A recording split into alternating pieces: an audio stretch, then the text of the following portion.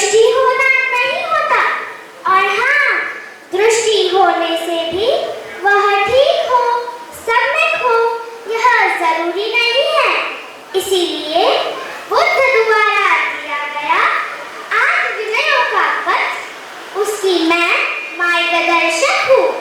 मैं सम्यक दृष्टि हूँ। सत्य असत्य क्या है, सम्मा दिट्ठि सिखलाए, गलत धारणाएं छोड़कर जीवन सफल बनाए।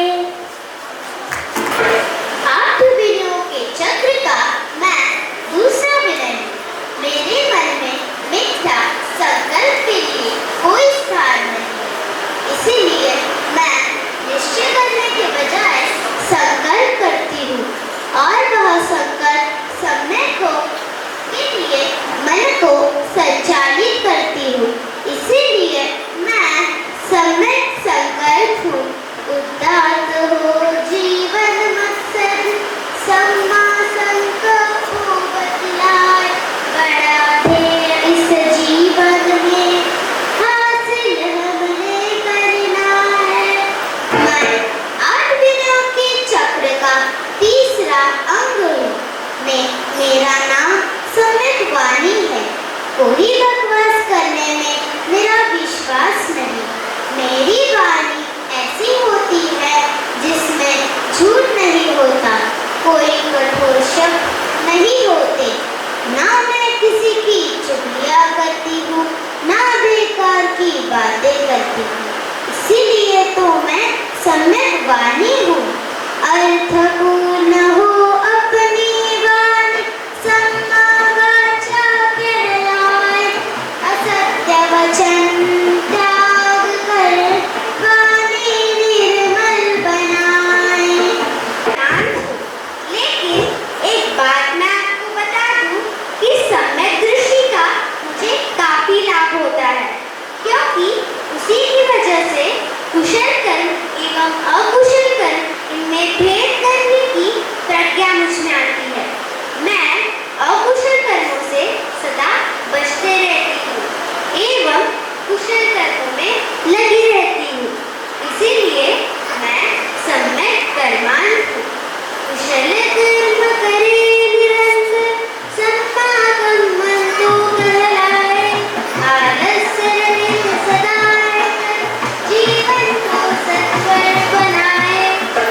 जीविका तो हर एक को चाहिए, लेकिन ऐसी जीविका का क्या मतलब जिससे किसी की हानि हो।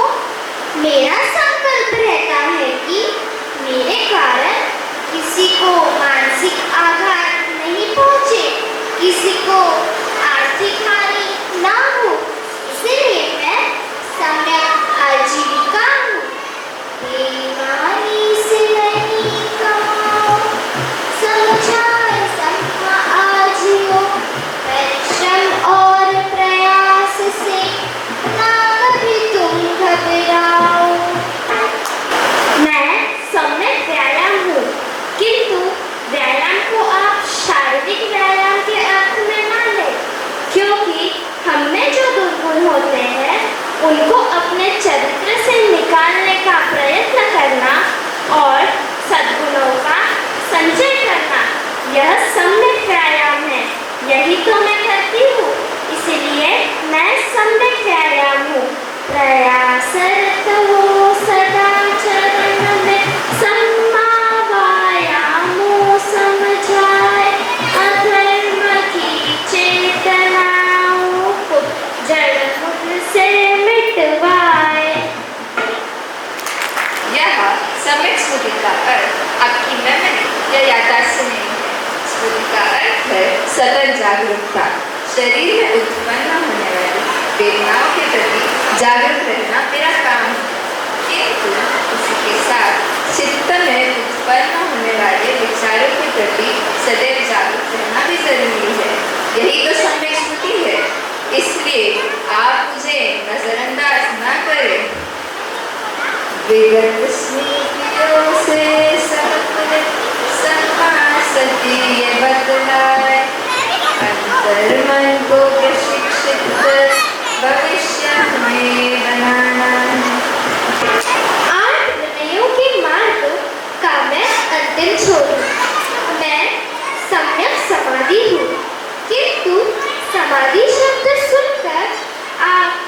चौंकिएगा मत। मैं वो जमीन में तुमको काट कर समाधि कर देने वाली समाधि नहीं हूँ। मैं तो चित्त वाली समाधि, चित्त की एकाग्रता यानी समाधि। किंतु मैं समाधि या एकाग्रता कुशल एवं अकुशल ऐसे दोनों प्रकार के कर्म करने के लिए भी हूँ, लेकिन मैं सिर्फ कुशल कर्म करने के लिए चित्त की एकाग्रता साधी हूँ। इसीलिए तो मैं सम्यक समाधि हूँ। लौकिक सुख परमो नियंत्रण सम्मा समाधि बतलाए। अष्टविनय का पथ चलकर धर्म विजय ये करना है, धर्म विजय ये करना है, धर्म विजय ये करना है।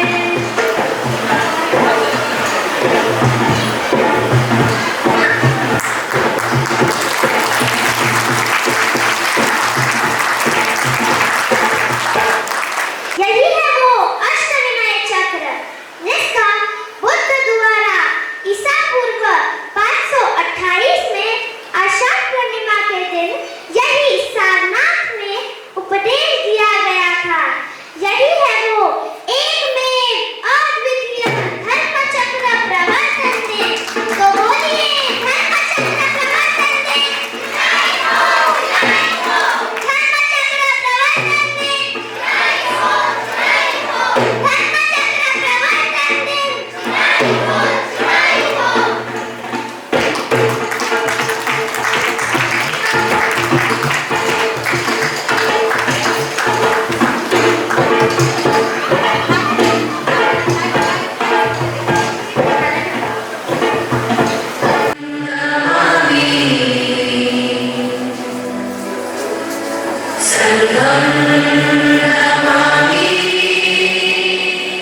नमो तस्स भगवतो अरहतो सम्मा सम्बुद्धिस्स। बुद्धं शरणं गच्छामि, बुद्धं शरणं गच्छामि, धम्मं शरणं गच्छामि, धम्मं शरणं गच्छामि, संघं शरणं गच्छामि, संघं शरणं गच्छामि।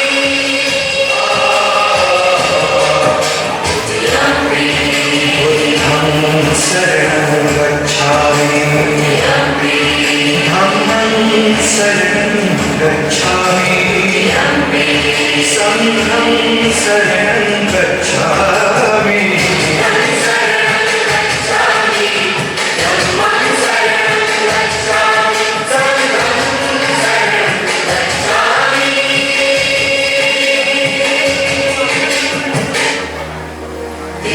धम्मं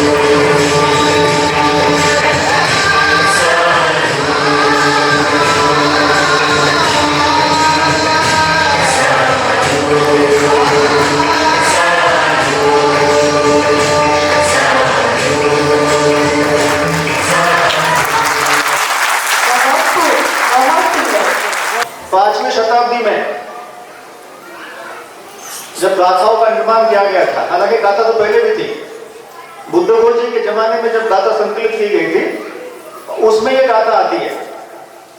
हालांकि जैसे मैंने बताया कि इसके पहले पूजन होता था, लेकिन आपको पता नहीं है, बुद्ध के यहाँ तो बहुत सारे लोग जाते हैं और अब कल भी जाएंगे, लेकिन वह जाके आ जाएंगे, हाँ मैंने दर्शन कर लिया बुद्ध के यहाँ का। ये हमारी प्रॉब्लम है। हमारी प्रॉब्लम क्या है, बुद्ध के यहाँ जाते हैं लेकिन बस दर्शन कर लिया आ जाते हैं। वहां कभी देखा आपने श्रीपाद देखा आपने? वहां जो बुद्ध ने संक्रमण किया था उसके प्रतीक, बिल्कुल बंदे जी संक्रमण किया था, तो वो प्रतीकात्मक रूप में वहां अशोका ने जो वहां कार्य किया था वो पत्थर वहां है, उसे कहते हैं श्रीपाद। श्रीपाद, श्री यानी श्रेष्ठ, पाद यानी पैर, श्रेष्ठ ऐसे तथागत के या भगवान बुद्ध के पैर, प्रतीकात्मक पैर। बुद्ध मतलब जब जीवित थे तो हम लोग या जो उपासक लोग हैं जब जाया करते, उपासक लोग और राजा लोग जाया करते थे, तो बुद्ध को तो बोल तो नहीं सकते कि बुद्ध जी आप बाहर आइए, मुझे वंदन करना है, जरा बाहर तो आइए, ऐसा बोल सकते थे? नहीं, ऐसी परंपरा नहीं थी। तो लोग या राजा लोग या उपासक लोग भी उनकी कुटी के बाहर फूल रखा करते थे कि भाई भगवान आपके चरणों में मेरे ये जो फूल है मैं अर्पण करता हूं। और उसी का एक कारण बन गया कि गाथा, उसी के कारण बन गई गाथा।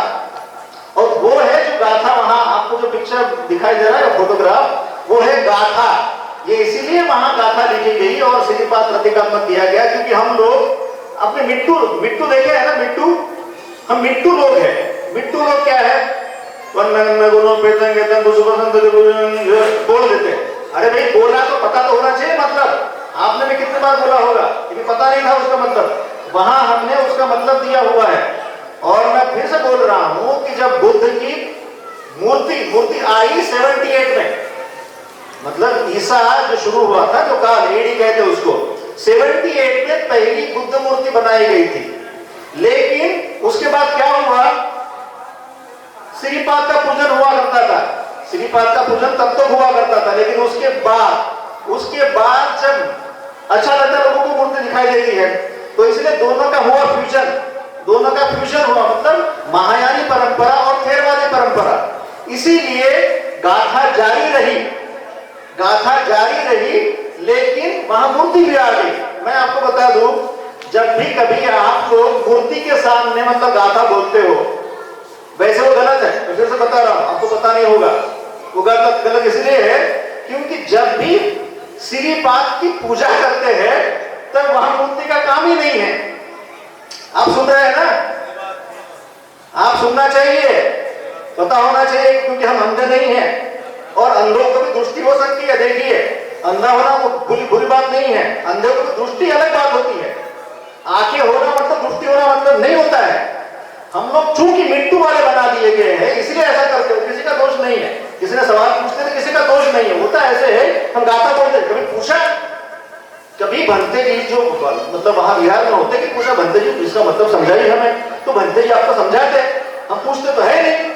ठीक है, तो ये बहुत जरूरी है जानना कि हम लोग जब भी श्रीपाद सरोवरे बोलते हैं तो चलो, चूंकि परंपरा अभी है मूर्ति की, तो इसलिए मूर्ति रखनी चाहिए, लेकिन उसके साथ श्रीपाद नहीं रखते हो तो आप गलती कर रहे हो, लोग हंसेंगे। नंबर 1। दूसरा जो सवाल है अष्टविनायक, तो अष्टविनायक हालांकि हम बताते नहीं है, बोलने की जरूरत नहीं है। दुनिया में पहली बार अष्टविनायक जिसको कहा गया है, मैं फिर दोहरा रहा हूं फिर से, दुनिया में कभी किसी को पहली बार अष्टविनायक कहा गया है वो है भगवान बुद्ध।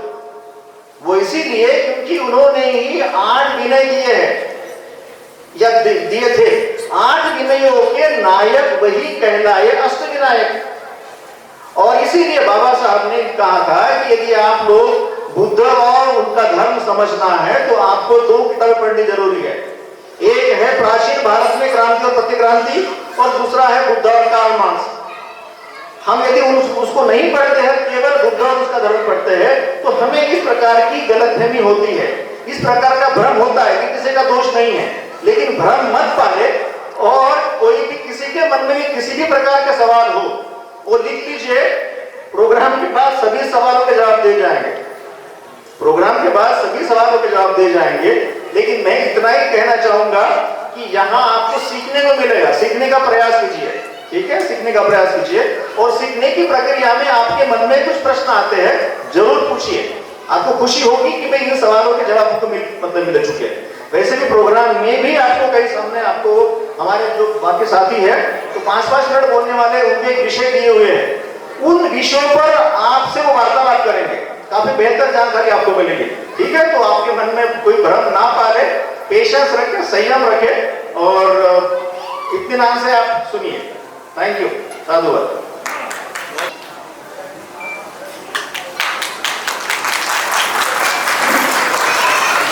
श्रीमान अरविंद from PKG Info। नमो बुद्धाय। आज जो ऐतिहासिक एकमात्र धर्मचक्र प्रवर्तन दिवस का महोत्सव हम इसी धर्मचक्र प्रवर्तन भूमि सारनाथ में मनाने जा रहे हैं। ये जो कार्यक्रम है इसके प्रास्ताविक के रूप में मैं आपके सामने कुछ बातें रखना चाहता हूँ। जैसे आप जानते हैं कि बौद्ध धर्म के इतिहास में आज का दिन जो है बेहद महत्वपूर्ण है, क्योंकि आज ही के दिन जो है बुद्धा ने जो है उनको जो ज्ञान प्राप्त हुआ था, उनको जो धर्म प्राप्त हुआ था, वो धर्म जो है 5 भिक्षुओं को दिया था। और ये जो दिन है आज का दिन, ये संघ की स्थापना का भी दिन है, बौद्ध धर्म की स्थापना का भी दिन है, जिसे हम बौद्ध धर्म का जन्म दिवस भी मनाते हैं। लेकिन जैसा कि आप सभी जानते हैं, बौद्धों द्वारा इस दिन को जो है बहुत महत्व नहीं दिया जाता है। जितना महत्व देना चाहिए आज के दिन के लिए, उतना महत्व जो है हम बौद्ध द्वारा नहीं दिया जाता है। पारंपरिक रूप से जो है बुद्ध पूर्णिमा को ही सबसे ज्यादा महत्व दिया जाता है। लेकिन हमारे विचार से बौद्धों के जीवन में सबसे अधिक महत्वपूर्ण दिवस यदि कोई है तो वह आज का दिवस है, जिसे धर्मचक्र प्रवर्तन दिवस के नाम से जाना जाता है। बुद्ध बनने के पश्चात संबोधित ज्ञान को, उस बहुजन हिताय बहुजन सुखाय विचार को बुद्ध ने जो है गया में नहीं समझाया। क्यों नहीं समझा? क्योंकि गया में उनसे समझने या उसको समझने की दृष्टि वो जिनमें होनी चाहिए थी, वह लोग सारनाथ में थे। और इसीलिए जो है बुद्ध जो है उरुवेला से सारनाथ आते हैं और उन्हें पहली बार अपने धर्म का उद्देश्य समझाते हैं। इसी घटना को धर्मचक्र प्रवर्तन कहा जाता है। प्रवर्तन का मतलब ही होता है स्वयं द्वारा खोजना और खोजकर उसे प्रवर्तित करना, लोगों तक पहुंचाना। यह काम, दोनों काम केवल और केवल एक साथ सम्यक संबद्ध नहीं किया है। इसलिए भगवान बुद्ध उस धर्म चक्र के प्रवर्तक कहलाए। वह आज का दिन था, यानी आषाढ़ पूर्णिमा का दिन। लेकिन आपको जानकर बड़ा ताज्जुब होगा, बहुत ही कम स्थानों पर यह दिन बड़े पैमाने पर बौद्ध धर्म के जन्मोत्सव के रूप में मनाया जाता है। आज का दिन तो बौद्ध धर्म का जन्मदिन है।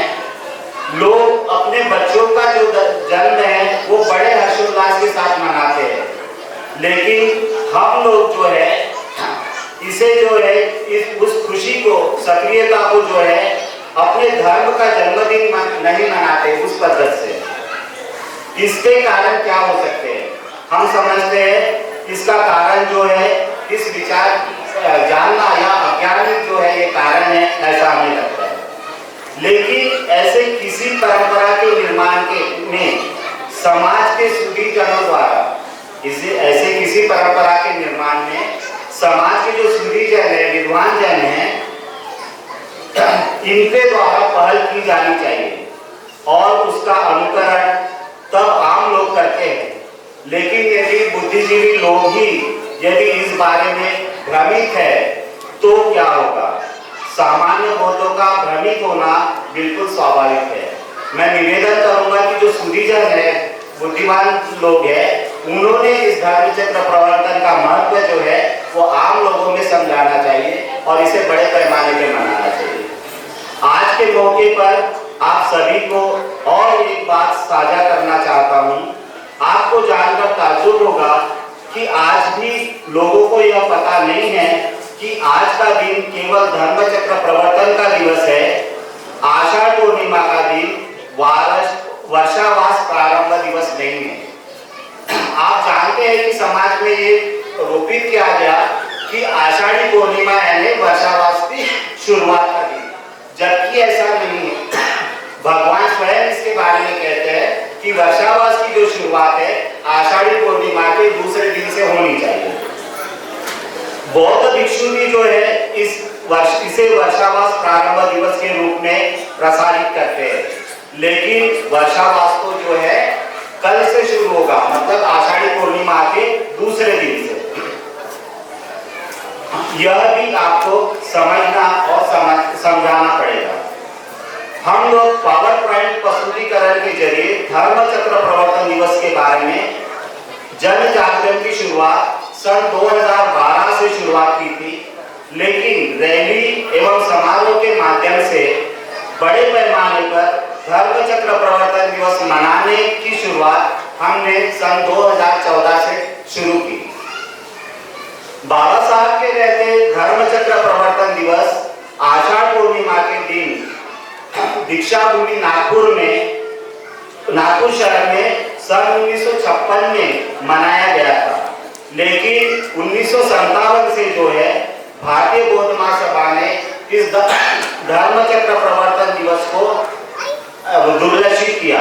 उन्होंने 1957 से जो है नहीं मनाया, क्योंकि वो लोग जो है राजनीतिक लोगों के प्रभाव में रहना ज्यादा पसंद करती है, और उसके कारण 1957 के बाद उन्होंने धर्मचक्र प्रवर्तन दिवस आषाढ़ पूर्णिमा को नहीं मनाया। इसका मतलब क्या है? बौद्ध धर्म एवं संस्कृति के बारे में धार्मिक संगठन की बुनियादी अवधारणाएं स्पष्ट होनी चाहिए।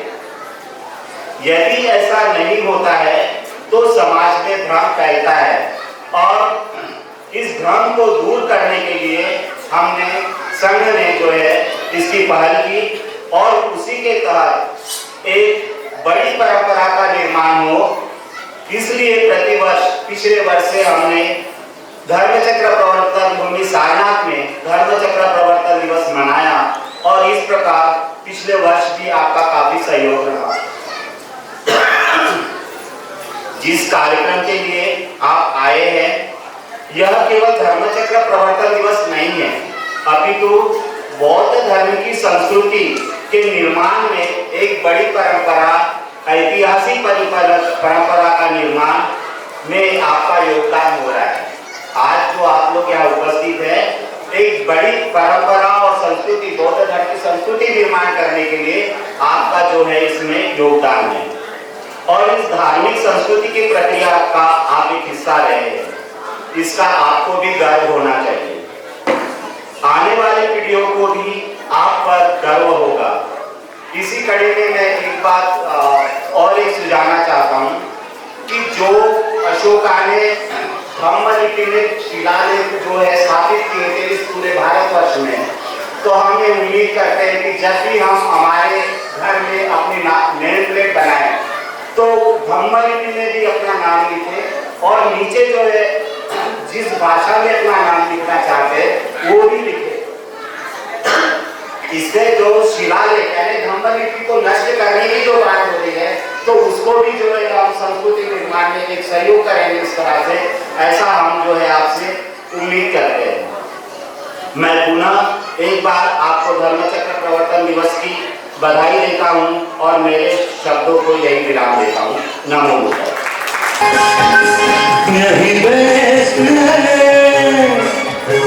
यही श्रेष्ठ है, यही बेस्ट है, यही श्रेष्ठ है, जीवन की राह रखना।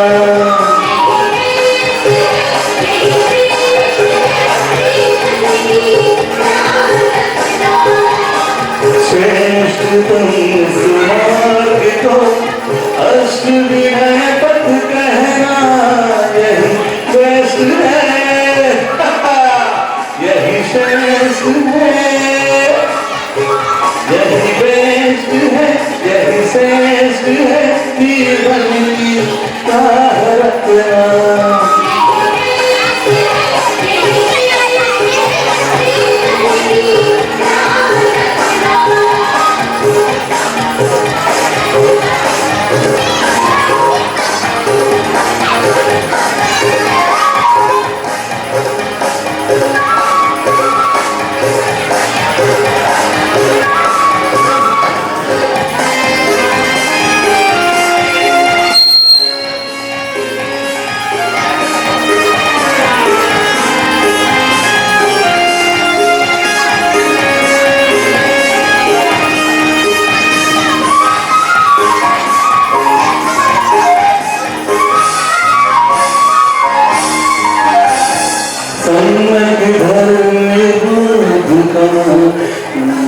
सदा चरण का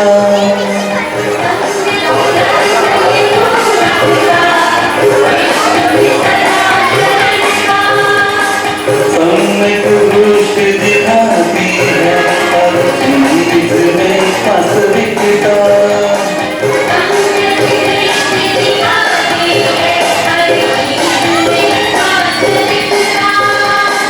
बहुजन हिताय बहुजन सुखाय समृद्धि संकल्प जाना। चोट ना लगे दिल को ये सम्मानित पानी रखना। यही बेस्ट है, यही श्रेष्ठ है।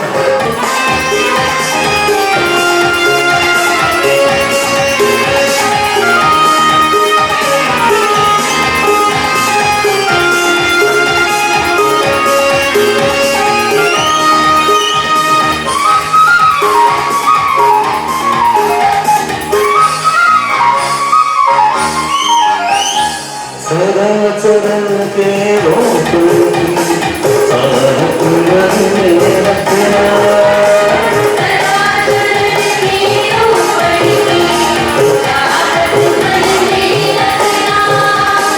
सही बात पर चलने की बात है साधना।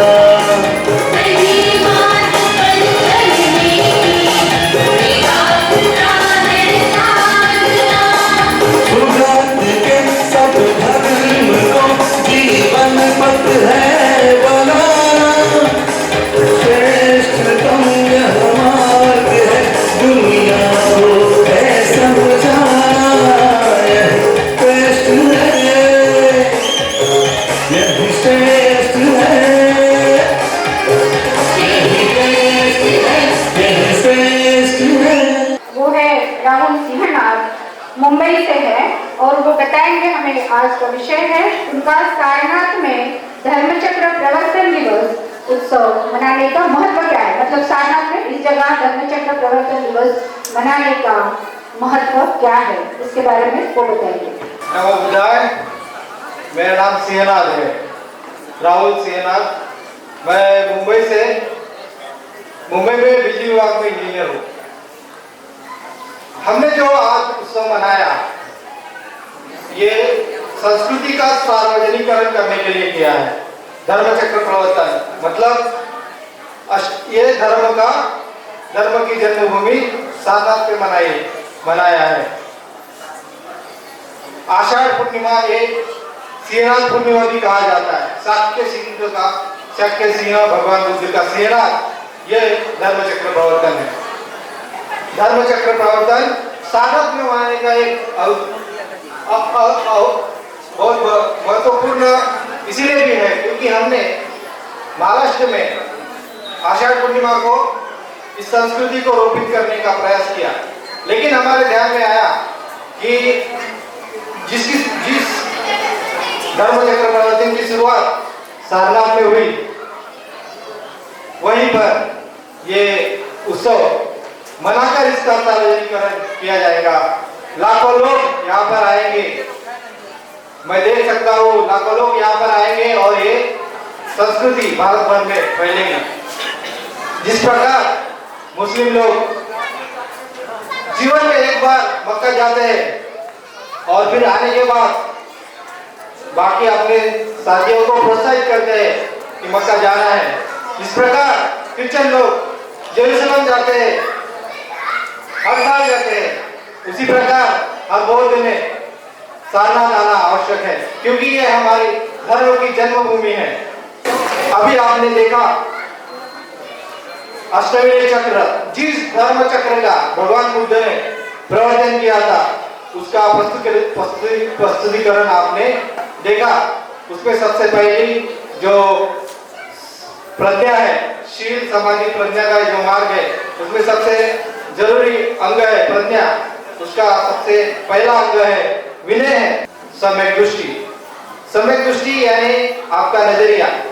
हमारी संस्कृति हमारा नजरिया तय करती है। गलत धारणाएं जो हमारे मन में बैठी है, अभी आपने देखा कि रॉन्ग नंबर हमारे मन में कूटा मार के बैठा है। सत्य को जानकर हमें उसे प्रस्तावित करना है। धर्म का भोजनीकरण एवं कल के बौद्ध। नमो बुद्धाय। मैं चंद्रपाल सदधर्मी मथुरा से और मैं अपने विचार को रखना चाहूँगा। बौद्धों का बहुजनीकरण। भारत में बौद्ध धर्म सम्राटों के जमाने में या उनके कार्यकाल में बहुसंख्यकों का धर्म था। भारत में बौद्ध धर्म और उसकी संस्कृति को कैसे उजागर कर सकते हैं? 1956 वाले एवी का मतलब है आज के बौद्ध, 1956 वाले बौद्ध, और केवी का मतलब है कल के बौद्ध, मतलब सम्राट अशोककालीन बौद्ध। इनका पुनर्मिलन कराए बगैर भारत बौद्ध में नहीं हो सकता। और दूसरी बात कि हमारे जो बौद्ध विहार है वो एक ही जाति के बने हुए हैं, वो बौद्ध में नहीं है। इसलिए हमें पहले भारत बौद्ध में से पहले बुद्ध विहार बौद्ध में करने पड़ेंगे। एवी के पास धर्म है, एवी के पास धर्म है लेकिन संस्कृति नहीं है। केवी के पास संस्कृति है विकृत रूप में लेकिन धर्म नहीं है। इनको एवी की जिम्मेदारी है, 1956 वालों की जिम्मेदारी है कि वो एवी जो है केवी को और उसकी जो सुसंस्कृति है उसको उजागर करे, जो कुसंस्कृति है उसको उजागर करके उसके गौरवशाली इतिहास को बताए। नमो बुद्धाय। साधु। गोरखपुर से बुद्ध प्रिय अंबिका था। भगवान बुद्ध को 3 बार वंदन, उनके दिया हुआ जो धर्म है उसे 3 बार वंदन। हमारे बीच उपस्थित है, आपको 3 बार वंदन। धर्म चक्र प्रवर्तन दिवस के अवसर पर, बौद्ध धर्म के जन्म दिवस के अवसर पर, आषाढ़ी पूर्णिमा के अवसर पर और गुरु पूर्णिमा के अवसर पर आप सभी धर्म योद्धाओं को शुभकामनाएं करता हूँ। क्या धर्मचक्र प्रवर्तन संदेश एक ही या अलग? तो जो मूल ग्रंथ है उसे पढ़ने से ये पता चलता है कि जो भिक्षुओं के और उपासकों के जो धर्मचक्र प्रवर्तन का संदेश है वो ये नहीं है। वो अष्टविनायक चक्र के रूप में, अष्टांगिक मार्ग के चक्र के रूप में, निर्माण चक्र के रूप में, मध्यम मार्ग के चक्र में वो इसके उसे कई नामों से जाना जाता है, आप सभी जानते हैं। तो एक ही है, पर उपासकों और भिक्षुओं के जीवन में कुछ अंतर है। उनके जीवन शैली में अंतर क्या है जो शील और विनय के रूप में बुद्ध और धम्म में हमें पढ़ने को मिलता है। एक गृहस्थ के लिए शील है, एक गृहस्थ और एक श्रामिक शील को धारण करता है और उसका पालन करता है। परंतु एक भिक्षु जो है वो शील को धारण करते हैं पर व्रत के रूप में उसे ग्रहण करते हैं और व्रत के रूप में ग्रहण करते हैं और उसे न तोड़ने का संकल्प लेते हैं। यदि भिक्षु उस व्रत को तोड़ते हैं तो उनको संदंडित करता है। अंत में आप सभी को इस पुण्य अवसर पर सभी धर्मयोद्धाओं का मंगल कामना करते हुए कुछ भक्ति संघ को 3 बार बच्चों कर वंदन करते हुए अपनी बात समाप्त कर। मैं लीला कुमारी फ्रॉम बांसवाड़ा राजस्थान से। धर्मचक्र प्रवर्तन के लिए बुद्ध सारनाथी जो आए इस विषय पर मैं आपसे समक्ष हूँ। जैसा कि सवाल है कि भगवान बुद्ध धर्मचक्र प्रवर्तन के लिए गया से सारनाथ जी जो आए, तो इसके पीछे एक और प्रश्न आता है कि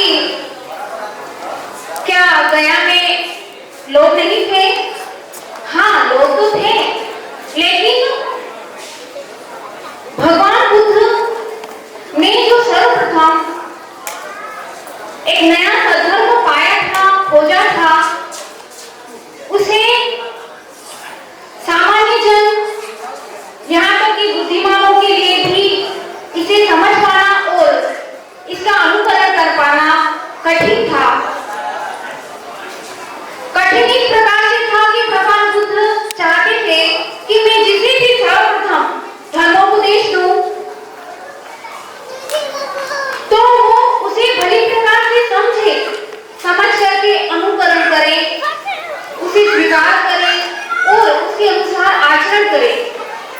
ऐसे लोग गया में भगवान बुद्ध को नजर नहीं आए, क्योंकि भगवान बुद्ध गया में जो भी उस समय के मत मतांतर प्रसिद्ध थे, प्रचलित थे, उन सब से भगवान बुद्ध बखूबी उन्हें जानते थे। इस प्रकार भगवान बुद्ध सोचते हैं और अपने आप से प्रश्न करते हैं कि अब मुझे सर्वप्रथम धर्मोपदेश किसे देना चाहिए, मैं किसे भी सर्वप्रथम धर्मोपदेश दूं। तब भगवान बुद्ध के ध्यान में और उनके विचार में आते हैं अराधना और उद्धत राम बुद्ध। लेकिन उन्हें इस बात का भी मालूमात होता है, पता चलता है कि इनकी मृत्यु हो चुकी है। तब भगवान बुद्ध चिंतन करते हैं, मनन करते हैं कि अब मैं किसे सर्वप्रथम धर्मोपदेश दूं।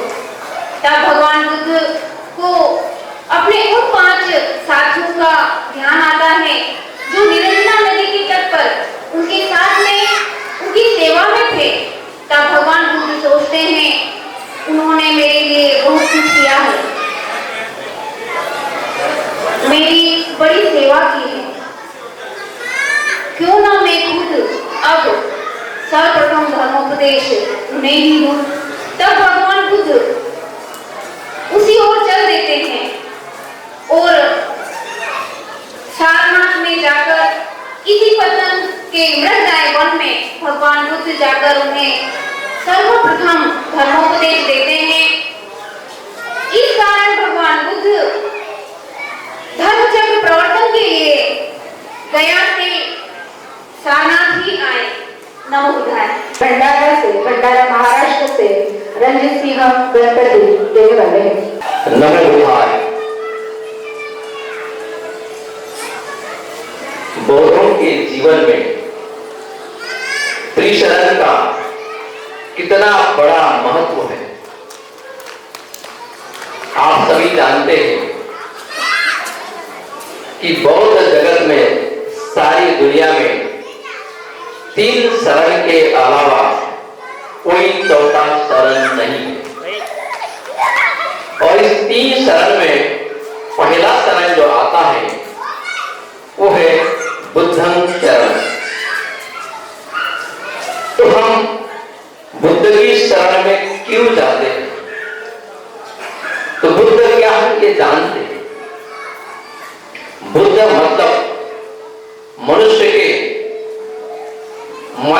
मन की उच्चतम अवस्था, जो कि सिद्धार्थ गौतम ने प्राप्त की, इसीलिए उन्हें बुद्ध कहा गया। उस समय बुद्ध की अवस्था को जानने वाले लोग तो नहीं थे, इसे बुद्ध ने ही परिभाषित किया। और बुद्ध ने परिभाषित यहीं पर किया जहां पर आप पवित्र भूमि में बैठे हैं, जहां जगत के सभी बौद्ध लोग नमन करने के लिए सारनाथ आते हैं। तो बुद्ध यानी ज्ञान की उच्चतम अवस्था। इसी बुद्ध का जन्म बौद्ध गया में हुआ। और बौद्ध गया में बुद्ध का जन्म यानी निर्माण यानी प्राप्ति होने के बाद में वह सारनाथ आए और उसको विस्तार से 5 भिक्षुगण को समझाए। उससे बुद्ध को, उसी उच्चतम ज्ञान की अवस्था को हम नमन करते हैं। और जब बौद्ध एक बौद्ध दूसरे बौद्ध से मिलता है तो उन्हें नमो बुद्धाय यह अभिवादन करता है। तो नमो बुद्धाय, एक बौद्ध जब दूसरे बौद्ध से मिलेगा, चाहे भारत के बौद्ध हो चाहे दुनिया के कोई भी बौद्ध हो, तो नमो बुद्धाय कहेगा। और नमो बुद्धाय का मतलब यह होता है कि मैं जिन्हें बता रहा हूं, जिन्हें अभिवादन कर रहा हूं, उनमें बुद्ध का कुछ थोड़ा सा अंश है। सभी में बुद्धि तो है और बुद्ध के अंश को मैं नमन करता हूं, इसकी याद दिलाता है नमो बुद्धाय। अब बौद्ध में दूसरा शरण आता है धम्म। धम्मं चरणं गच्छामि। बुद्ध यानी टीचर। बुद्धा ने जो हमें पढ़ाया, बुद्ध यानी टीचर और धम्मा यानी उनका ज्ञान। उन्होंने जो ज्ञान पाया है, जो समस्त जगत को इसी भूमि में पहली बार जो दिया है, जिस दिन के हम यहां पर खड़े हैं, धर्म चक्र प्रवर्तन दिन, ये धम्म का आगाज यहीं पर हुआ है, जिसे सारनाथ कहते हैं, जिसे सारी दुनिया नमन करती है। धम्म यानी बुद्ध के विचार, बुद्ध का ज्ञान। तो बौद्धों में जो 3 शरण है, पहला शरण है बुद्धं शरणं गच्छामि।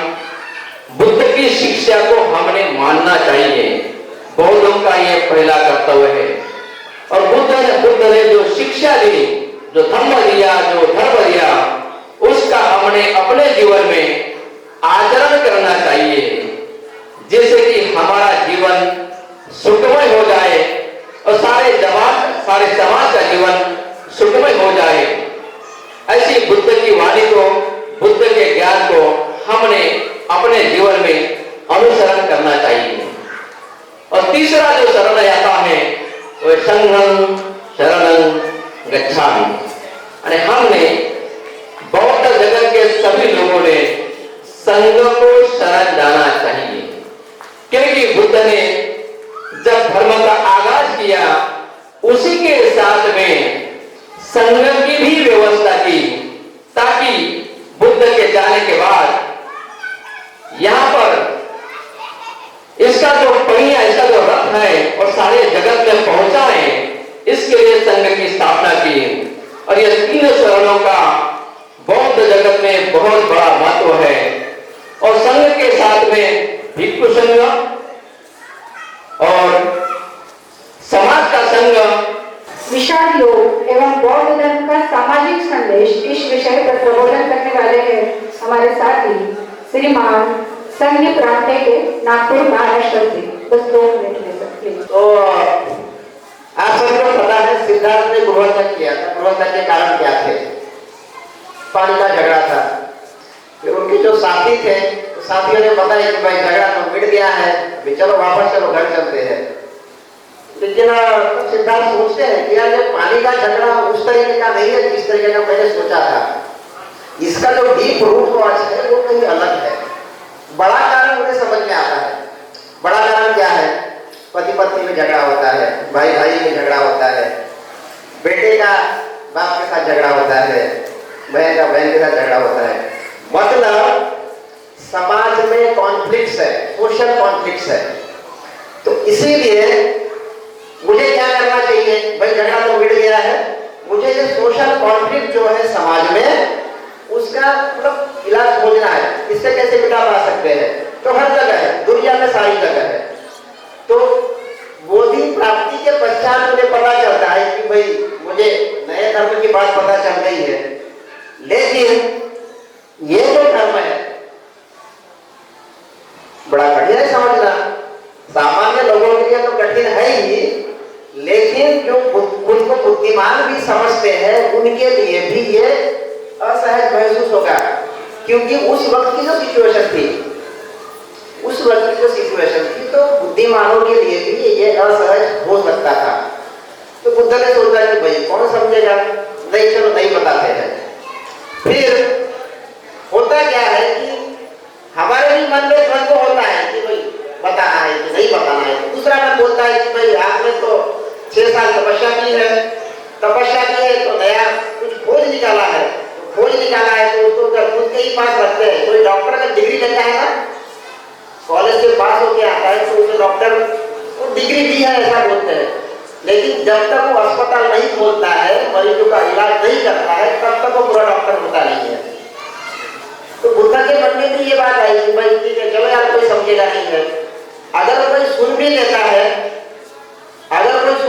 है तो सुनने के बाद अगर इसे समझ नहीं पाता है, समझता भी है तो स्वीकार नहीं करता है, और स्वीकार करता भी है तो उसके अनुसार अगर वो आचरण नहीं कर पाता है तो मेरा उनको नए धर्म का उपदेश देना ये बेकार हो जाएगा, उनके लिए भी थकावट हो जाएगी। तो इस तरीके से वो सोचते हैं कि भाई मुझे नहीं पता है, बस अपने ही मन में पूछ लेना है। लेकिन दूसरा मन बोलता है कि भैया आपने घर क्यों छोड़ा था? तो सोशल कॉन्फ्लिक्ट्स है, उसका उपाय ढूंढना है मुझे। अगर उसका उपाय मुझे मिला है तो मुझे जाके बताना है कि भाई इसका इलाज क्या है। तो ये जो दूसरी मन की जो अवस्था है बुद्ध की, गौतम बुद्ध की दूसरे मन की जो अवस्था है वो बोलती है कि भाई आप अभी सिद्धार्थ नहीं है, आप तथागत हो, आप समर्थ हो, आपको दुख निवारण करना है, जन्म दुख है, दुख निवारण करना है।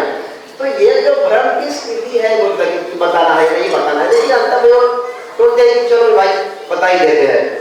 तो ये सोचने की बात भाई बताना किसको है, फिर किसको बताना है समझेगा, मतलब उस लायक वो व्यक्ति होना चाहिए कि जो समझ सके, धर्म का उद्देश्य समझ सके।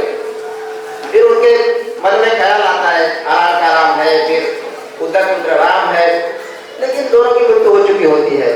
उसके बाद वो सोचते हैं कि भाई मेरे साथी है, पुराने साथी जो राजगीर में मिले थे, उन्होंने बड़ी सेवा की थी मेरी, चलो उनको बता ही देते हैं।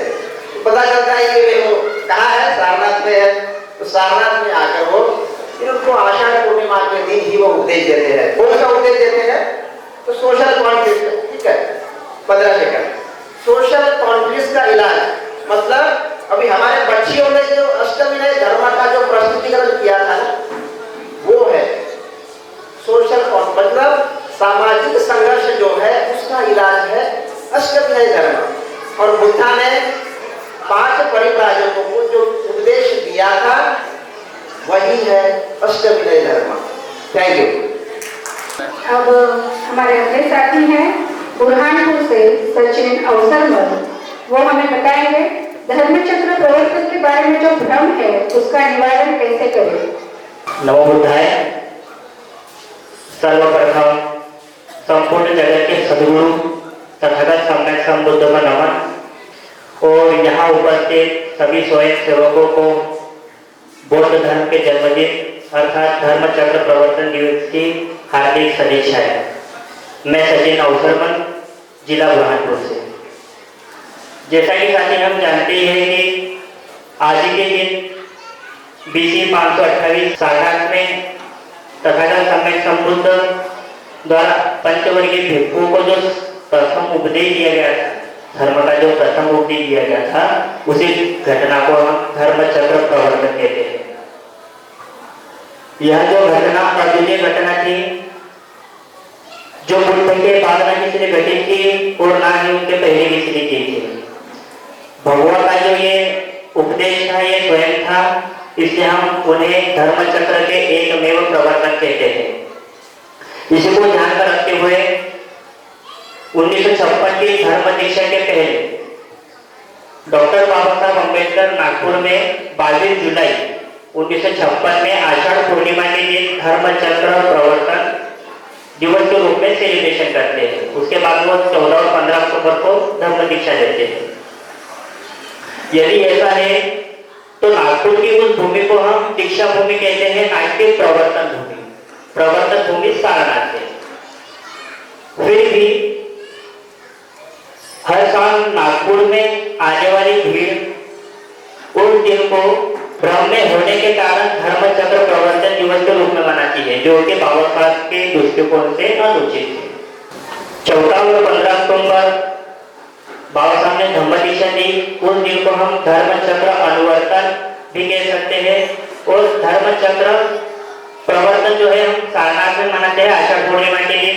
ये जिस प्रकार से हम यहाँ रैली की और लोगों को ये संदेश दिया कि आज का जो दिन है आषाढ़ पूर्णिमा का, वो धर्म चक्र प्रवर्तन का है, तो धर्म चक्र प्रवर्तन का दिन ही हमें आषाढ़ पूर्णिमा के दिन मनाना चाहिए। और जो लोग यहाँ सारनाथ में आषाढ़ पूर्णिमा के दिन नहीं आएंगे, वो जिस शहर में रहते हैं, जिले में रहते हैं या अपने शहर में भी वो इस दिन को मना सकते हैं। साधु सर, अब आगे हम सब उपासक उपासिकाएं इनको कुछ संदेश देने के लिए, कुछ बुद्धिज्म के बारे में बताने के लिए, मार्ग बताने के लिए अब आ रहे हैं हमारे मान्यवर बंदे जी बुद्ध ज्योति। जो ब्रह्माधिपति हैं, जो देवाधिपति हैं, जो सभी देवों, जो नरेंद्राधिपति हैं, जो सभी देवों के पूज्य हैं, जिन्होंने उत्तम बोधि प्राप्त किया है, जो कर्मा के सागर हैं, जिन्होंने कृष्ण रूपी भवसागर से लोगों को पार किया है, ऐसे सम्यक संबुद्ध भगवान बुद्ध के आचरणों में कोटि कोटि नमन वंदन अभिनंदन करता हूँ। अभी सभी लोग विषयों पर आप सुन रहे थे। मैं इतना कहना चाहूँगा कि भगवान बुद्ध ने जो मार्ग दिया ना, वह चित्त की शुद्धता का मार्ग दिया। कभी कभी लोग कहते हैं ये बहुत बुद्धिमानों के समझ से परे है, या बुद्धिमान लोग बहुत क्लिष्ट है, भगवान का धम्म बहुत जटिल है। ये तो इतना सरल है, इतना सरल है कि आम जनमानस को समझने का विषय है। क्योंकि भगवान का जो धम्म है ना, वो अनुभव के आधार पर उतरता है। आप वाणी विलास से नहीं समझ सकते। वाणी विलास चाहे जितना भी कर लें, कभी जीवन में कोई लाभ नहीं प्राप्त होगा। अगर लाभ प्राप्त होगा तो अनुभव, क्योंकि भगवान ने 3 प्रज्ञाएं दिया। पहला प्रज्ञा भगवान देते हैं श्रुतमयी प्रज्ञा। ये प्रज्ञा कल्याणकारी होती है, मंगलकारी होती है। सुनते हैं हम, पढ़ते हैं, जानते हैं, तो ये कल्याणकारी प्रज्ञा होती है, लेकिन पूर्ण कल्याणकारी नहीं होती। तो दूसरी प्रज्ञा भगवान देते हैं चिंतनमयी प्रज्ञा। जब हम किसी बात को सुनते हैं और घूमते हैं, जांचते हैं, परखते हैं, तपाते हैं, तो यह चिंतनमयी प्रज्ञा होती है। उस पर चिंतन मनन करते हैं तो चिंतनमयी प्रज्ञा होती है। ये भी कल्याणकारी होती है, लेकिन पूर्ण कल्याणकारी नहीं होती। होली कल्याणकारी कौन सी प्रज्ञा होती है? भावनामयी प्रज्ञा। भावनामयी प्रज्ञा का मतलब होता है जो अनुभूत के आधार पर अनुभूत कर लिया, जांच लिया, परख लिया नहीं, बल्कि अनुभूत कर लिया, अनुभव कर लिया, प्रैक्टिकल रूप से अनुभव कर लिया। और भगवान का धाम प्रैक्टिकल का धाम है। आप देखिए ना, जब आप ध्यान लगाते हैं तो बिना सील का ध्यान नहीं लगेगा। कोई आदमी शराब पी के कभी ध्यानी बन सकता है क्या? शराब पिए रहे और ध्यान लगाए तो लगेगा? दुराचार करके आए ध्यान लगाए लगेगा? हत्या करके आए ध्यान लगाए लगेगा? झूठ बोलने वाला मक्कारी आदमी का कभी ध्यान लगेगा? और जब तक हम ध्यानी नहीं बनेंगे, भगवान ने ध्यान का मार्ग दिया और इस मार्ग को काउंटर कर दिया गया, बड़ी बारीकी तरीके से काउंटर कर दिया गया और दे दिया गया क्या आपको?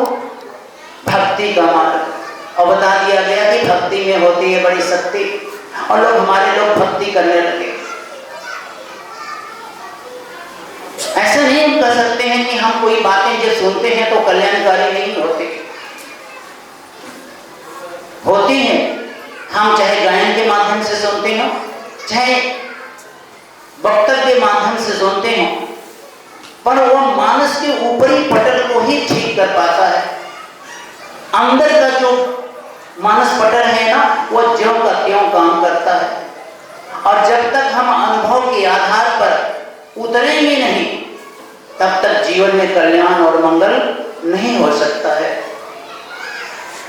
मैं आपको एक बात बताना चाहता हूं, क्योंकि यहाँ प्रबुद्ध लोग बैठे हुए। एक आदमी था, युवा प्रोफेसर, बहुत डिग्रियां बटोर रखा था, ढेर सारी उसके पास डिग्री थी। वो समुद्री यात्रा कर रहा था। जो यात्रा जब कर रहा था तो जो उसका नाविक था वो बूढ़ा, और जब अपने कार्य से खाली होता है तो उस प्रोफेसर के पास बैठता है। और प्रोफेसर साहब बहुत अच्छे अच्छे लच्छेदार भाषण, लच्छेदार बातें करते हैं, खूब सुनाते हैं, धर्म कर्म की बातें खूब बताते हैं, बड़ा अच्छा लगता है उसे। तो प्रोफेसर साहब पूछते हैं, बूढ़े बाबा ये बता कि तुम जियोलॉजी जानता है? कहा साहब देखा हम पढ़े लिखे ना बड़े, हम अनपढ़ गवार, काला अक्षर भैंस बराबर, हम तो कभी स्कूल का मुंह भी नहीं देखे, तो हम जियोलॉजी कैसे जानेंगे? जियोलॉजी क्या होता है साहब? कहा भू विज्ञान नहीं पढ़ा है? कह नहीं साहब भू विज्ञान तो नहीं पढ़ा है। कहीं तिहाई जीवन तेरा बर्बाद हो गया। जब तूने भू विज्ञान ही नहीं जानता तो ये फिर समुद्री यात्रा जो करा रहा है तेरा व्यर्थता ही है। फिर उसके बाद फिर आगे जाकर के जहाज फिर उसका पाला बदलता है, फिर उसको छुट्टी मिलती है तो फिर वो बेचारा मुंह लटकाए अपने केबिन में चला जाता है। लेकिन जो ही उसे मौका मिलता है, चूंकि बात सुन चुका है तो बातों का रस ले लिया था, फिर प्रोफेसर के पास आता है और प्रोफेसर साहब फिर अच्छी बातें कहते हैं, बूढ़े ये बताता हूँ तो ओशिनोग्राफी जानता है? कहा साहब वो ओशिनोग्राफी क्या होता है? कहा रे तू ओशिनोग्राफी नहीं पढ़ा, समुद्र विज्ञान नहीं पढ़ा है, इस समुद्र में जहाज चलाता उसी का विज्ञान तू नहीं जानता है? कहा साहब मैंने कह दिया ना कि मैं पढ़ा लिखा नहीं हूँ, अनपढ़ गवार हूँ, अनुभव के आधार पर चलाता हूँ, हम तो ओशिनोग्राफी नहीं पढ़ा। कहा तेरा आधा जीवन बर्बाद। बेचारा फिर वो मुंह लटकाए, क्योंकि प्रोफेसर कह रहे हैं कि आधा जीवन बर्बाद, तो मुंह लटकाए अपने केबिन में चला जाता है। उसके बाद तीसरी बार फिर उस प्रोफेसर के पास आता है और प्रोफेसर साहब कुछ अच्छी बातें कह करके फिर पूछते हैं कि बूढ़े बाबा ये बता तू मेटेरियोलॉजी जानता है? कहा साहब मेटेरियोलॉजी क्या होता है? अरे हाँ, हवा वर्षा तूफान विज्ञान को तूने नहीं पढ़ा? जिस समुद्र में समुद्री यात्रा करवाता उसमें तूफान आते हैं, हवाएं चलती हैं, वर्षा होते हैं, इसी का विज्ञान नहीं तूने पढ़ा? कहा साहब हम तो कहें ना कि हम पढ़े लिखे नहीं हैं, हम अनपढ़ गवार हैं। कहा तूने तो 2/3 जीवन बर्बाद कर दिया। बेचारा मुंह लटकाए अपने केले में चला गया, तो हमारा 2/3 जीवन तो बर्बाद हो गया। जाते जाते जहाज एक चट्टान से टकरा गया, उसमें पानी भरने लगा और बूढ़े बाबा दौड़ते हुए प्रोफेसर साहब के केबिन में जाते हैं। प्रोफेसर साहब कहा क्या बात है? कहा आप सीमियोलॉजी जानते हो?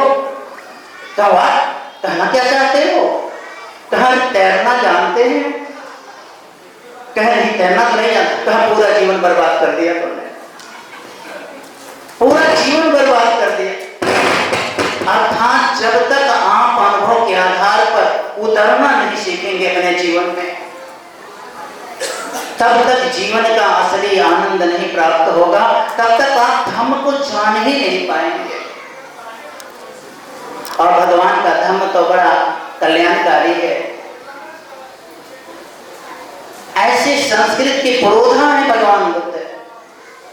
3 प्रकार के होते हैं, जरा समझिएगा। एक प्रकृति होता है, एक विकृति होता है, एक संस्कृति होती है। आप जरा समझिए। कुछ लोग प्रकृति को मानते हैं, प्रकृति को मानते हैं जैसे कोई आदमी अपनी कमाई खाता है ना, अपने कमाता है और खाता है, तो उसकी प्रकृति है, उसका नेचर है। हर आदमी, जानवर भी अपना भोजन जुटा लेते हैं, अपना पेट भर लेते हैं। ऐसा आदमी प्रकृति संस्कृति का पुरोधा होता है। एक विकृति है, अपनी कमाई तो खाता है और दूसरे का भी लूट लेता है, हड़प लेता है, दूसरे का भी हड़प लेता है, भाई का हड़प लेता है, दूसरे का हक अधिकार हड़प लेता है। तो समझ लीजिए वो विकृत संस्कृत का पुरोधा है, वो विकृत संस्कृत को मानने वाला।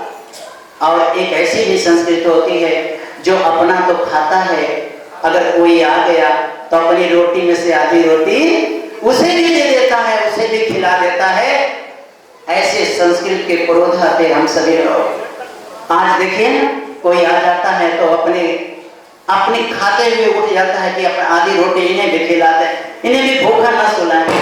तो ऐसे संस्कृत के पुरोधा थे भगवान बुद्ध, और उन्हीं के मार्गदर्शन पर चलने वाले हम सभी लोग हैं। तो इसीलिए मैं चाहूंगा कि भगवान का धम्म वाणी विलास के आधार पर नहीं, बल्कि अनुभव के आधार पर, प्रैक्टिकल के आधार पर समझने की जरूरत है। इसीलिए भगवान बुद्ध जातक कथाओं का उपयोग करते, लोक कथाओं का उपयोग करते थे समझाने के लिए। उन्हें इतना सरल तो दुनिया में कोई धर्म ही नहीं है, कोई धर्म ही नहीं है जितना धर्म भगवान बुद्ध का। ये एकदम नेचुरली धर्म है, जैसा है वैसे रूप में देखना, यही तो धर्म है। पर हम देखने की हमारी नजरिया बदल गई है, हमारी नजरिया ही बदल गई। वास्तविक मूल रूप में यह नजरिया आ जाए आपका, जिसे सम्यक कहते हैं, जो बच्चों ने प्रस्तुत किया, बहुत अच्छा लगा कि वास्तविक रूप से देखना तो सीख जाए, सम्यक दृष्टि तो आ जाए। दृष्टि ही नहीं है। और भगवान वही कहते हैं, भाई देखना तो सीख जाओ, बिना नियम में देते खाना तो सीख जाओ, होश में तो खाओ। खा भी रहा है पता ही नहीं है मैं खा रहा हूँ, नहा रहा है पता ही नहीं मैं नहा रहा हूँ, कुछ सब बेहोशी में ही कर रहा है, सब बेहोशी में कर रहा है। बैठा है तो भी बेहोशी में, लैट्रिन में है तो भी चक्कर चल रहा है। अरे कम से कम लैट्रिन तो कर लो, सुचारू रूप से नहीं पेट के मरीज ही तो हो जाओगे, वहां भी चक्कर चल रहा है। तो भगवान का धम्म जीवन जीने की कला है। एक मनुष्य दूसरे मनुष्य के लिए कैसे कल्याणकारी बने, कैसे मंगलकारी बने, भगवान का धम्म यहाँ खड़ा है। और आपके बाल बच्चों को एक उत्तम जीवन जीने का मार्ग भगवान बुद्ध ने दिया, शर के जीवन जीने का उत्तम मार्ग भगवान बुद्ध ने दिया। तो मैं ज्यादा समय को देख रहा हूँ, क्योंकि आप लोगों ने मुझे बाधा नहीं, इसके लिए बहुत बहुत धन्यवाद। लेकिन मुझे अपनी मर्यादा का ख्याल रखते हुए हम यहीं पर अपनी वाणी को विराम देते हुए सभी को साधुवाद देता हूँ कि आप सभी लोगों ने बहुत धन्यता से भगवान बुद्ध की इस वाणी को सुना। और साधुवाद। साधुवाद पंडित जी। अब आगे बढ़ते हुए आज के हमारे मार्गदर्शक आदरणीय बुद्ध प्रिय मुसाफिर सर तथा बोधिसत्व बाबा साहब भीमराव अम्बेडकर, सम्राट अशोक, सभी को नमन करते हुए आज धर्म चक्र प्रवर्तन दिवस के इस पवित्र पावन अवसर पर आप सबको मंगल कामना प्रसिद्ध करते हुए 5 मिनट के अंदर बात को रखता हूँ। हमारे सभी धर्म मित्रों, 2-3 बातें समाज के अंदर धर्म चक्र प्रवर्तन दिवस को लेकर के जो भ्रांतियां चल रही है, एक्चुअली में हमसे धर्मप्रिय गुलाब जी सर्वप्रथम मिले और ये बात मैं बराबर बोलता हूँ, इसलिए आज भी बोलता हूँ। इन्होंने 2 बातें बोला कि धर्म चक्र प्रवर्तन दिवस आषाढ़ी पूर्णिमा के दिन सारनाथ में हुआ और लोग धर्मचक्र प्रवर्तन दिवस 14 अक्टूबर 1956 को भी मानते हैं। तो हमने कहा कि मानते तो हैं, धर्म का प्रचार हो, क्या है परेशानी, क्या है परेशानी? तो इन्होंने बताया कि दिक्कत ये आएगी कि आने वाली पीढ़ी गलत इतिहास जानेगी। जब गलत इतिहास की नींव पड़ गई तो फिर भविष्य हमारा बर्बाद हो जाएगा। तब बाबा साहब अम्बेडकर की एक बात मेरे जहन में बराबर रहती है कि जिन्हें इतिहास का निर्माण करना है उन्हें अपने समाज के इतिहास की आवश्यक और महत्वपूर्ण जानकारी होना आवश्यक है। यदि इतिहास का निर्माण करना चाहते हैं तो इतिहास कितना महत्वपूर्ण है, तब ये बात समझ आती है कि इतिहास के नींव पर ही भविष्य का निर्माण होता है। तो मैंने भी गूगल को सर्च किया, वहां भी धम्म चक्र प्रवर्तन की जब बात आई तो धम्म दीक्षा दिवस जो तिथि थी 14 अक्टूबर 1956 वही आ रहा था।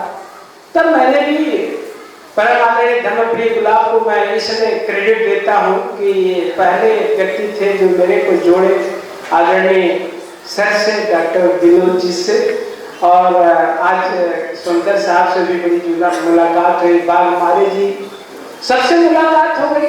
तो मुझे ये लगा कि इतिहास को सही सही रचने में समय जितना भी लग जाए उसकी चिंता नहीं है, लेकिन इतिहास को मजबूत करने की दिशा में एक पौधा लगा करके बने, ये हमारे लिए ज्यादा इम्पोर्टेंट है। परम आदरणीय हमारे डॉक्टर विनोद साहब, तो इन्होंने किताब का रेफरेंस दिया था, कार्ल मार्क्स और बुद्धा।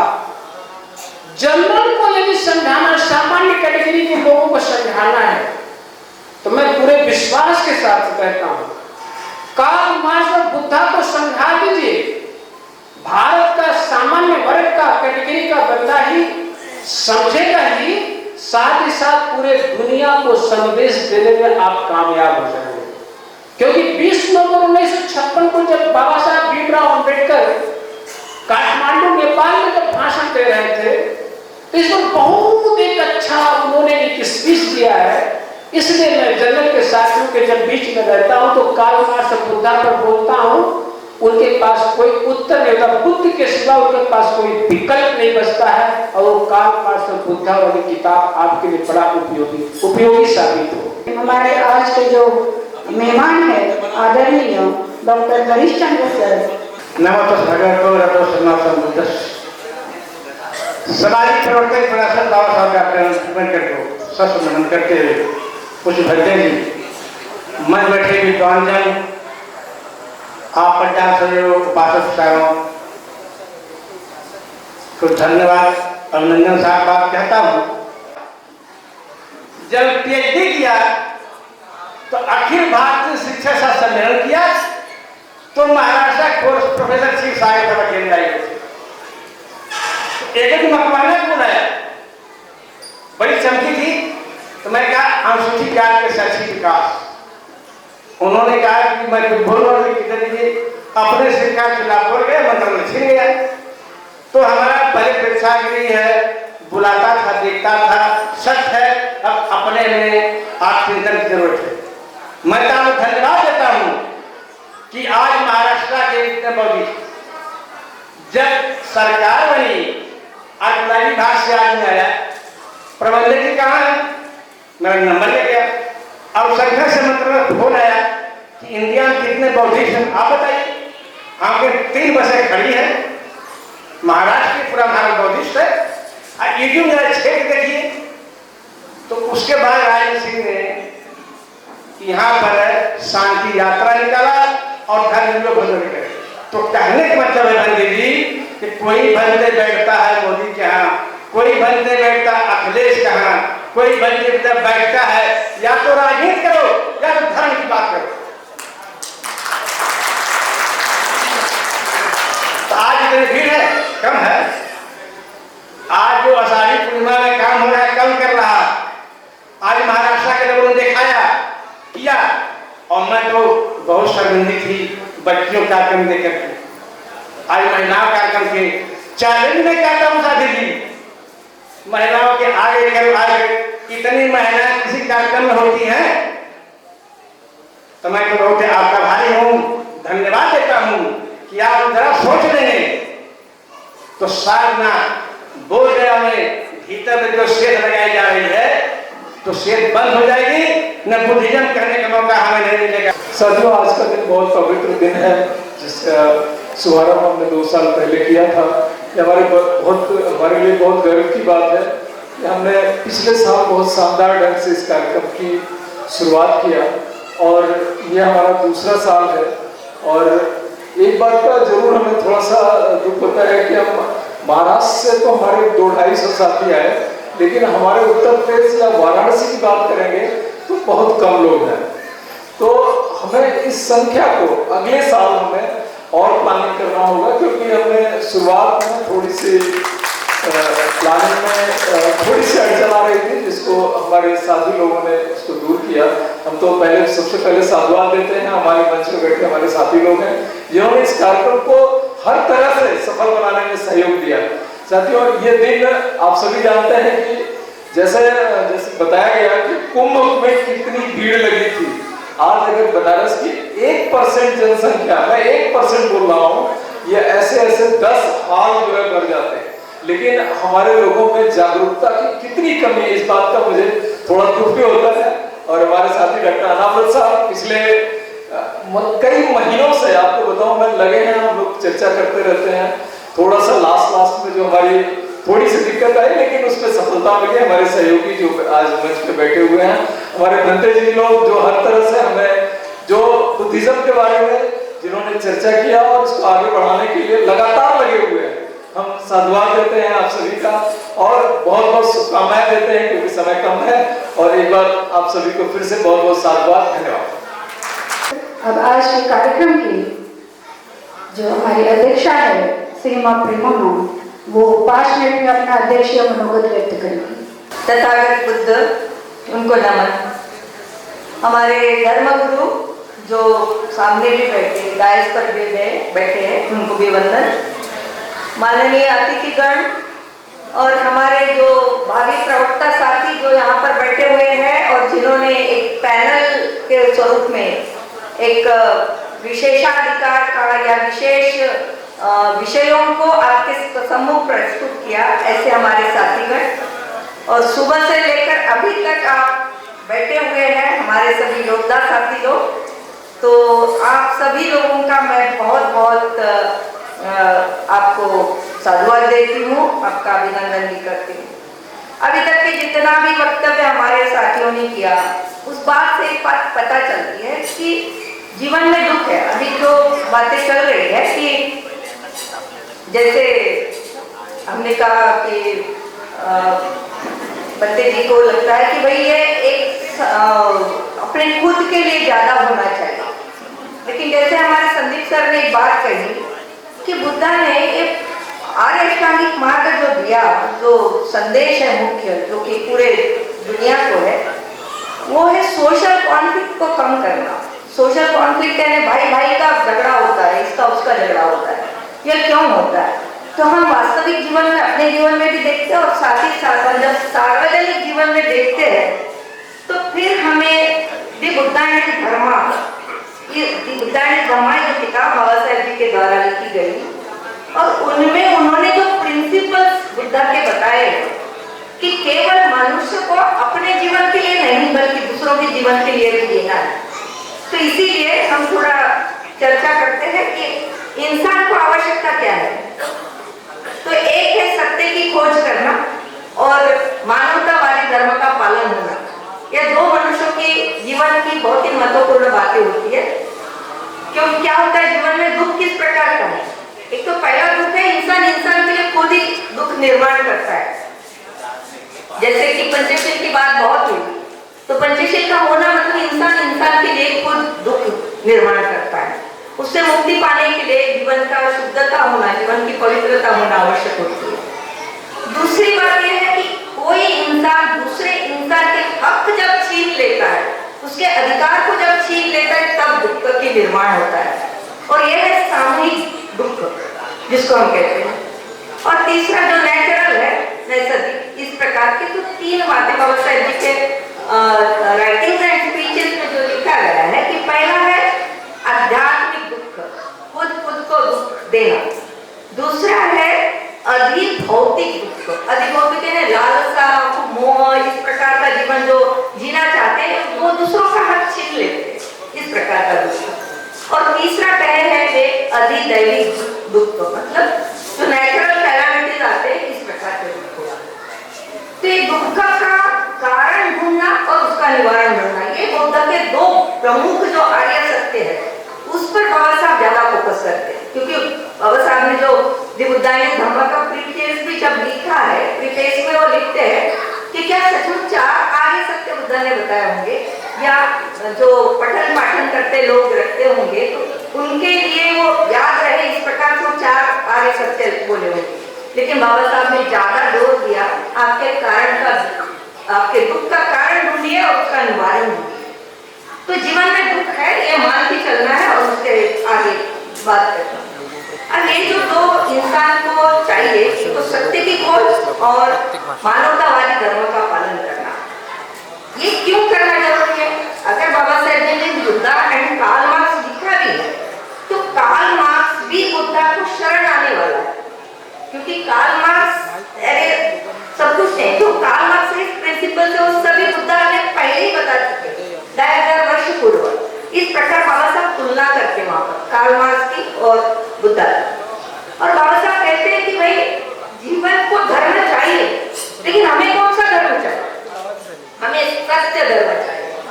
ऐसा सत्य धर्म जहाँ सभी लोग समान होंगे, सभी को समान अवसर मिलेगा, वही सत्य धर्म। और बाबा साहेब जी ने वो सत्य धर्म हमें दिया बुद्धा ने धम्मा के माध्यम से। और बुद्धा ने जो भी टीचिंग्स, जो भी शिक्षा उनके जीवन काल में दी, वो सभी शिक्षाओं को वहां पर समाहित किया बुद्धा ने धम्मा। वो केवल अपने आप के लिए नहीं बल्कि समाज के लिए। इवन आपका शासन कैसा चले, प्रशासन कैसा चले, उसमें 2-3 पॉइंट 1 मिनट में लूंगी। कि बाबा साहब कहते हैं कभी ऐसा हो सकता है कि गवर्नमेंट को कर सकता है कि देयर शुड नॉट बी धम्मा नहीं हो। अगर ऐसा है तो वहां पर अनार्की फैल जाए।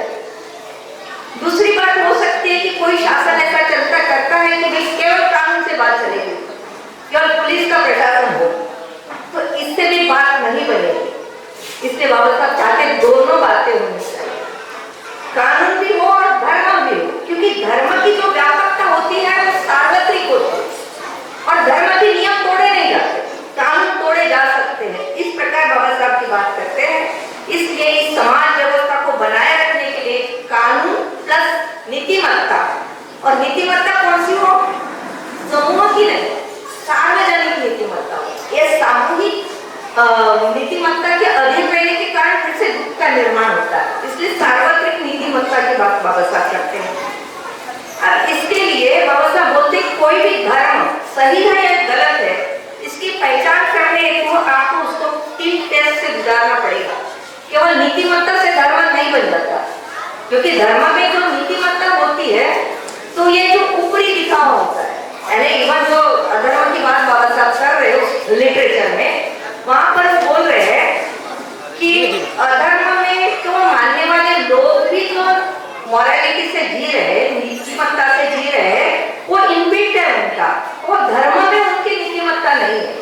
every religion must have the morality in their root.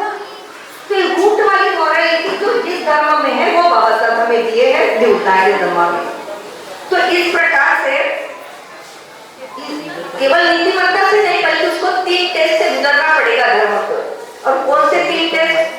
कि क्या वो धर्म समता को मानता है, क्या वो धर्म स्वतंत्रता को मानता है, और क्या वो धर्म भाईचारे को मानता है। तो इन बातों को जब उनके लिटरेचर में पढ़ते हुए हमने कुछ ढूंढे तो बाबा साहब मानसिक स्वतंत्रता की बात कर रहे हैं। मेंटल आपको फ्रीडम चाहिए, लिबर्टी चाहिए, और मानसिक स्वतंत्रता है क्या? अपनी बुद्धि को जागरूक रखकर अपने हक और अधिकारों को जानना, परिस्थिति का दास नहीं बनना, उल्टा परिस्थिति को मोल्ड करके अपने पाले में करना, ये होती है स्वतंत्रता। हम लोग केवल कैजुअली स्वतंत्रता, समता, भाईचारा वाला बुद्ध का धर्म मानते हैं, लेकिन हमने भी सोचना है कि मानसिक स्वतंत्रता का कितना मूल्य है।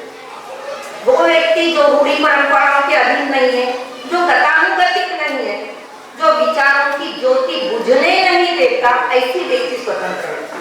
जो पराजित नहीं है, दूसरों की सीख के अनुसार चलता नहीं है। और इसलिए बाबा साहब का भाषण जो है उसमें कहते हैं कि धर्म में भक्ति मुक्ति का मार्ग हो सकता है, लेकिन राजनीति में वो क्या होगा, बहुत बड़ा खतरनाक साबित होता है। इसलिए स्वतंत्र मानसिकता होना बहुत जरूरी है। कार्य कारण भाव की सीख ध्यान में रखकर चलता है, अन्य किसी भी सीख को नहीं मानता, उसका विश्वास नहीं करता। जो अपने हकों और हकों का अपराध होने पर दक्ष रहता है, उसके खिलाफ लड़ता है, ऐसा व्यक्ति स्वतंत्र है। प्रतिकूल मत प्रभाव से नहीं डरता है, दूसरों के हाथों की कठपुतली नहीं बनता है, ऐसा व्यक्ति स्वतंत्र है। तो स्वतंत्रता की कसौटी पर कौन सा धर्म उतरता है उसको हमें ढूंढना होगा। दूसरी बात कि जो समता है, समता की कसौटी पर जहाँ समान अवसर सबको मिलता है या फिर किसी के अधिकारों को छीन लिया जाता है, तो ऐसे अवसर में भी दुख का निर्माण होगा। और तीसरा महत्वपूर्ण है, इन दोनों पर, समता और स्वतंत्रता पर भी बैलेंसिंग करने के लिए भाईचारा अत्यंत महत्वपूर्ण होता है। तो ये 3 कसौटी की बात धर्म के बारे में बाबा साहब कहते हैं। तो इस प्रकार से हमने आज पूरे दिन जो रैली में आप सभी लोग समाहित हुए, हमारे जो प्रवक्ता साथी थे उन लोगों ने भी बहुत सी बातें हमें बताई। आप सभी को बहुत बहुत साधुवाद। साथ ही साथ माननीय हमारे मुसाफिर सर जी ने बहुत अच्छी बात कही कि भाई इतिहास को जानना बहुत जरूरी है, उसके सिवाय आप इतिहास को पढ़ना समझना जारी है, क्योंकि भविष्य की जो भी जड़ें हैं वो इतिहास में छुपी हुई है। इसलिए इतिहास को जानकर वर्तमान में हमें कार्य करना है। और बाकी लोगों को हम कैसे क्लैरिटी से बता पाएंगे, ओबीसी को, एससी एसटी को, ये तो सब बाबा सर जी ने बताए हैं और सभी सर ने यहाँ पर बताए हैं। हमारे साथी डॉक्टर हरिचंद्र साहब की बहुत सी बातें मैं समझ नहीं पाई, क्योंकि शायद हो सकता है लैंग्वेज का मुझे प्रॉब्लम हो, लेकिन सर ने भी बहुत बखूबी महाराष्ट्र के लोगों को शायद कुछ अप्रिशिएट किया, ऐसा लगता है मुझे। लेकिन हम सभी भारतीय लोग, ठीक है ना, हम सब, उत्तर प्रदेश कोई नया नहीं है, हम सब एक ही लोग हैं और साथ में मिलकर काम करेंगे। इस प्रकार का आशावाद व्यक्त करते हुए मैं आप लोगों को ज्यादा बोर नहीं करूंगी। बहुत बहुत साधुवाद।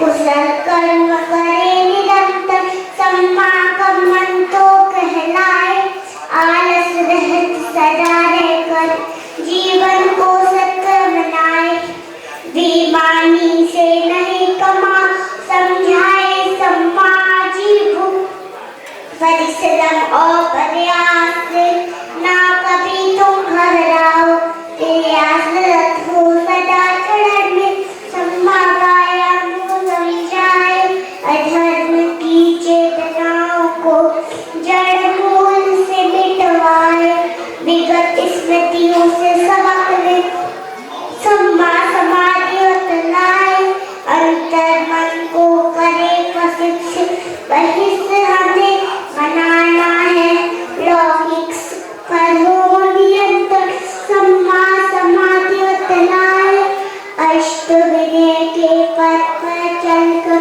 धन विजय करना है।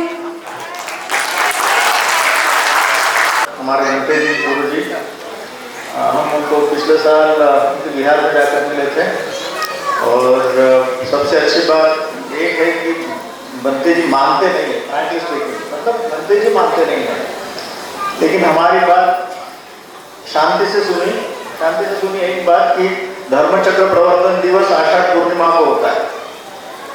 प्रॉब्लम ये है कि बनते जी कहते हैं धर्मचक्र प्रवर्तन दिवस नहीं वो अक्टूबर वाला वो, और इसका मतलब इसको धर्मचक्र प्रवर्तन दिवस मानते ही नहीं है। वर्षावास की शुरुआत होती है तब बात खत्म, ज्यादा क्यों बात करते हो आप, है ना, इस प्रकार की बात होती है। तो वैसे बनते जी वो नहीं है, तो इससे हमें बहुत खुशी हुई और सुना तो हमें बहुत अच्छा लगा।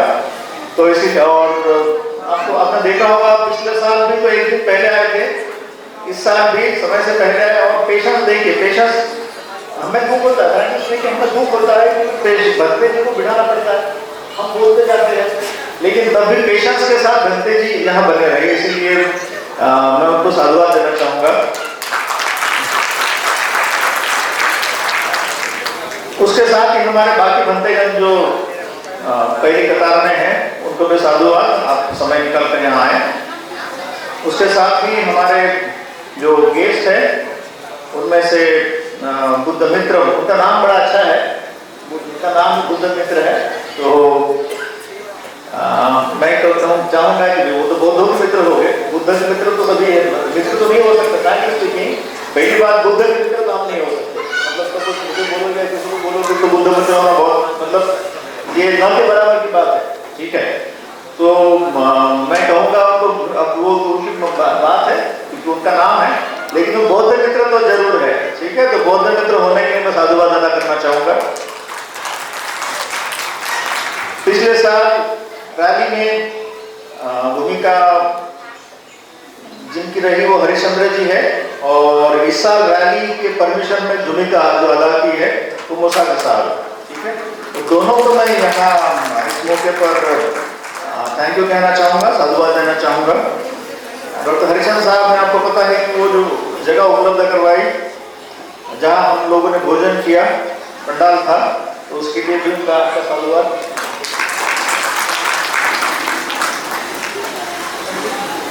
और हमारे जो वक्ता है माफी के साथ साधुवाद अदा करना चाहूँगा, क्योंकि हम तो चाहते थे कि 5 से 7 मिनट उनको समय दिया था, लेकिन कई बार उनको 2 मिनट में निपटाना पड़ा, लेकिन इसके साथ मतलब तभी उन्होंने अपनी बात कही बिना झिझक के, तो इसलिए उनका साधुवाद। हमारे एक साथी जो सुगत जी है, उन्होंने कह दिया कि भाई देखिए तो मैं बात समझा नहीं पाऊंगा, मुझे 5-7 मिनट चाहिए। हमने कहा आपको 5-7 मिनट दे नहीं पाएंगे हम, तो बोला मैं भाषण नहीं दूंगा, मतलब प्यार प्रेम से बोला कि यदि ऐसी बात है तो फिर मुझे आप एक्सक्लूड कीजिए इस बार, ठीक है। तो इसीलिए मैं स्पेशली सुगत जी का थैंक यू अदा करना चाहूँगा। उसके साथ ही हमारे जो साथी आपने देखा होगा वीडियोग्राफी जो कर रहे हैं बुरहानपुर मध्य प्रदेश से, मतलब शुरुआत रैली के प्लेस से यहाँ तक ऐसे बने हैं सचिन अवसरमन बुरहानपुर से, उनका स्पेशली मैं थैंक यू अदा करना चाहूँगा, बिकॉज उसको पेशेंट की आवश्यकता होती है और बाकी काम छोड़कर फिर आना पड़ता है। जिन्होंने अष्टविनायक चक्र का सादरीकरण किया उन बच्चों को साधुवाद, काफी मेहनत की है। और उसके साथ ही जो उसको कहते हैं ना शास्त्रीय संगीत तो सभी लोग नहीं करते, मतलब तो सभी के बस की बात नहीं। तो हे मानव जो मुख से बोल दिव्यांश का गौतम ने बेहतर ढंग से प्रेजेंटेशन दिया है, तो उसके लिए उसको तो साधुवाद देना चाहूंगा ही, लेकिन उसके साथ उनके माता पिता, माता उनकी कांचन सिंह और पिताजी को भी, दोनों को मैं साधुवाद अदा करना चाहूंगा।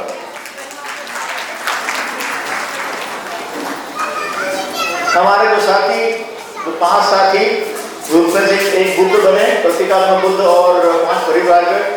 तो बुद्ध के लिए आपको पता होगा बहुत पेशेंस की आवश्यकता होती है। वो इतना 2-3 घंटे इस मुद्रा में होना आसान बात नहीं होती।